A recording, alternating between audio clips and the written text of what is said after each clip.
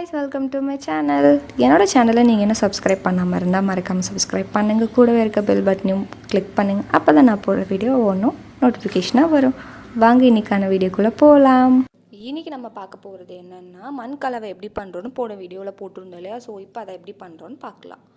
இதுக்கு தேவையான பொருள் வந்து பார்த்திங்கன்னா சாம்பல் தேவை. ஸோ கறி இருக்குல்ல, அந்த தூள் பண்ணி எடுத்திருக்கேன். அப்புறம் முட்டை ஓடு, இது நம்ம வந்து தூள் பண்ணிக்கணும். இது வந்து பார்த்திங்கன்னா வாழைப்பழத்தோல், அப்புறம் இது வந்துட்டு தேங்காய் நார், அப்புறம் இது வந்துட்டு சாணம், மாட்டோட சாணம் இருக்குது இல்லையா, அதை வந்து காய வச்சு எடுத்து இது வந்து மண் மாதிரி இருக்குது. ஸோ இது நான் ரொம்ப ரொம்ப தேவை.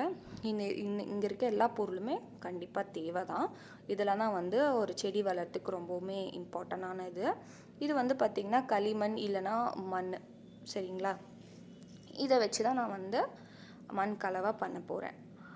இப்போ எப்படி பண்ணலான்னா, இப்போ வந்து ஒரு ஃப்ளோரில் தான் நான் உங்களுக்கு வந்து போட்டு காட்டுறேன். இப்போ வந்து எல்லாத்தையும் உங்களுக்கு நான் முன்ன காமிச்சிடல, இது எல்லாத்தையும் நான் வந்து அரைச்சி எடுத்து வச்சுருக்கேன்.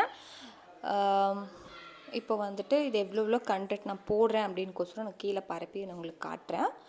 உங்களுக்கு நீங்கள் வந்து ஃபஸ்ட்டு போடும்போது இதுக்கான ஒரு ஜாடியிலையோ இல்லை தொட்டிலையோ நீங்கள் வந்து போடுங்க.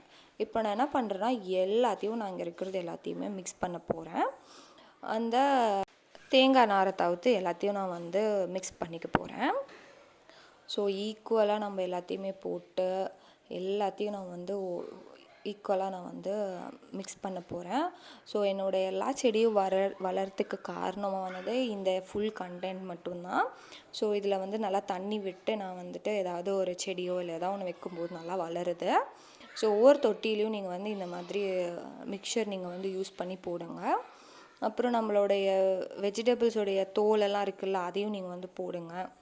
ஸோ இப்போ வந்து பார்த்திங்கன்னா நான் இந்த தேங்காய் நாரை மட்டும் கடைசியாக கீழே போட்டுட்டு இருக்கிற எல்லா மண்ணையும் நான் வந்து இந்த தொட்டியில் எவ்வளோ தேவையோ நான் வந்து போட போகிறேன். இந்த தொட்டி நம்ம பண்ணுறோம் அப்படின்னா அடியில் நம்ம எந்த தொட்டி யூஸ் பண்ணுறோமோ அதில் எல்லாத்தையும் நம்ம அடியில் ஒரு 2 ஓட்டையாவது போடணும்.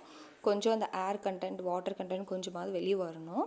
ஸோ அதுக்காக நான் வந்து அடியில் ஏற்கனவே ஒரு ஓட்டை போட்டுட்டு இது எல்லாத்தையும் நான் வந்து மிக்ஸ் பண்ணி எல்லாத்தையும் நான் வந்து போட்டுட்டேன். இதுக்கு மேலே நம்ம வந்து தண்ணி விட்டு கொஞ்சம் ஈரப்பதமாக இருக்கும்போது நம்மளுக்கு என்ன ஒரு விதை போடுறோம் இல்லை ஏதாவது ஒரு செடி வைக்கிறோம் அப்படின்னும் போது நல்லா வளரும். ஸோ நான் இதுக்கு மேலே போடக்கூடிய வீடியோஸில் இருக்கக்கூடிய செடிஸ் எல்லாமே நான் இந்த மாதிரி தான் யூஸ் பண்ணி போடுறேன்.